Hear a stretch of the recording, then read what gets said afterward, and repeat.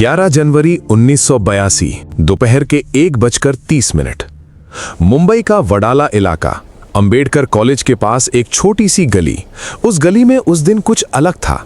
कुछ ऐसे लोग खड़े थे जो कॉलेज के स्टूडेंट नहीं थे, जो दुकानदार नहीं थे, जो राहगीर नहीं थे। वो 18 लोग थे, क्राइम ब्रांच के, 3 अलग अलग टीमों में बटे हुए। हर एक के हाथ में हथियार, हर एक की आंखें एक टैक्सी पर टिकी हुई।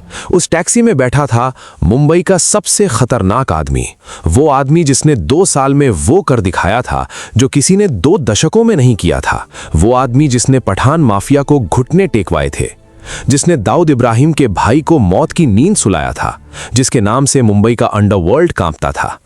और आज उसी अंडरवर्ल्ड के एक दुश्मन ने पुलिस को बताया था कि वो यहां आएगा। दोस्तों, ये कोई फिल्म का डायलॉग नहीं था, ये असलियत थी। और उस दिन जो हुआ, उसने मुंबई पुलिस का इतिहास हमेशा के लिए बदल दिया।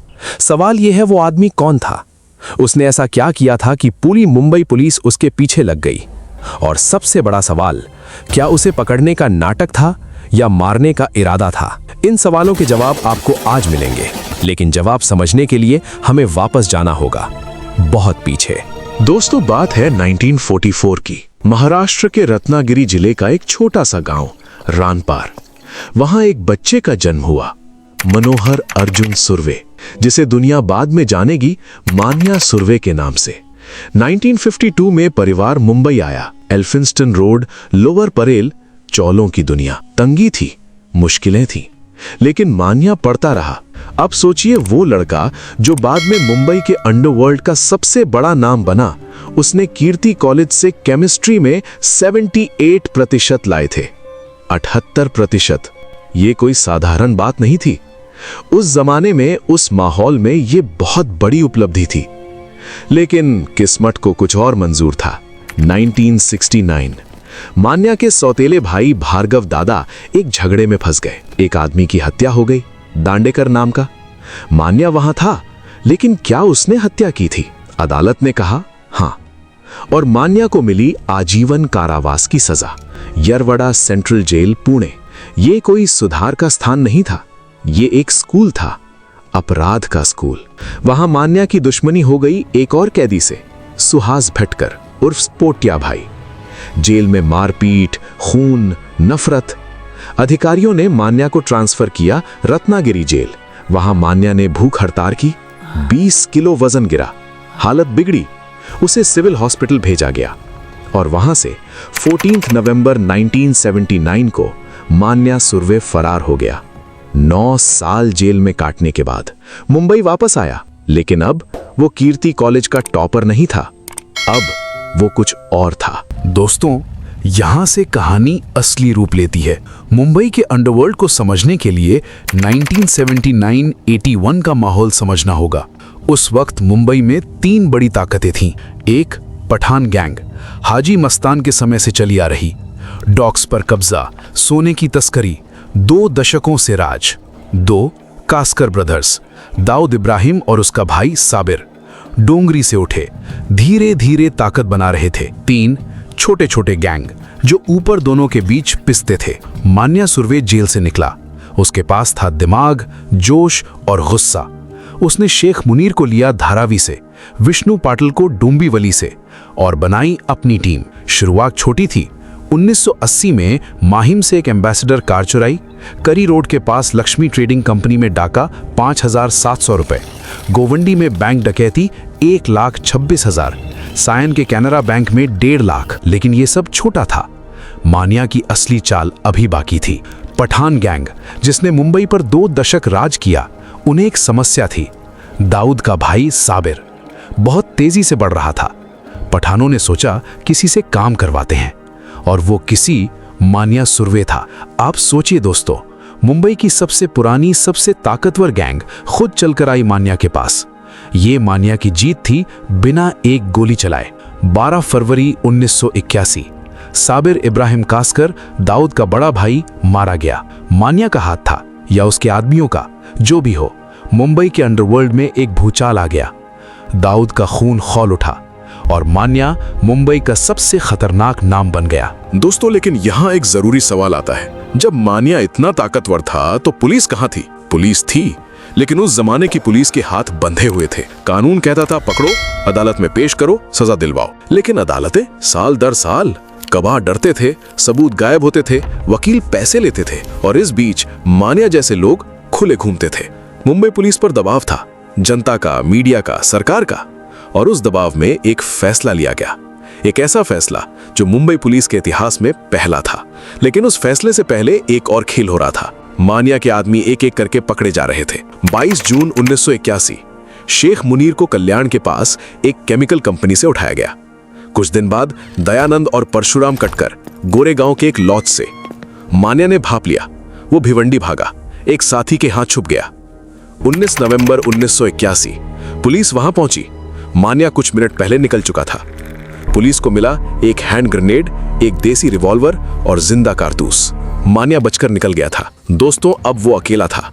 उसके सारे साथी जेल में थे। वो अकेला बचा था पूरी गैंग में से। ये उसकी सबसे कमजोर घड़ी थी, और यही वो वक्त था जब उसके सबसे बड़े दुश्मन ने अपनी चाल चली। दोस्तों, यहाँ कहानी में एक मोड़ आता है, जो मोड़ इस पूरी कहानी को एक साधारण क्राइम स्टोरी से एक ऐतिहासिक सबक बना देता है।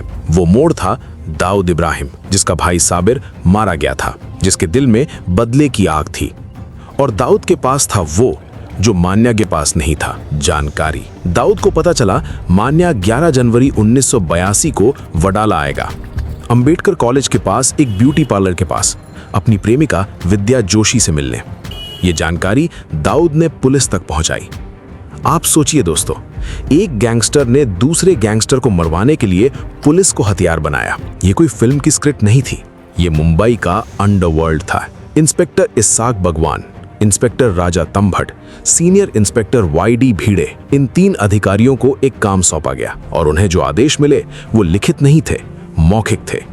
मान्या सुर्वे को पकड़ना नहीं है, मान्या सुर्वे को खत्म करना है। 11 जनवरी 1982 सुबह से ही वडाला में तैयारियां थी। 18 क्राइम ब्रांच अधिकारी, 3 टीमें, कुछ कॉलेज के स्टूडेंट बने, कुछ दुकानदार, कुछ बस राहगीर। दोपहर के 1:10 एक टैक्सी आई। उसमें मान्या सुर्वे बैठा था। वो चालाक था। उसने टैक्सी को इलाके में एक चक्कर लगवाया, देखा, जांचा, क्या कुछ गड़बड़ तो नहीं? नहीं, सब सामान्य लग रहा था। 1:30 मान्या टैक्सी से उतरा, और उसी पल उसे लगा कुछ गड़बड़ है।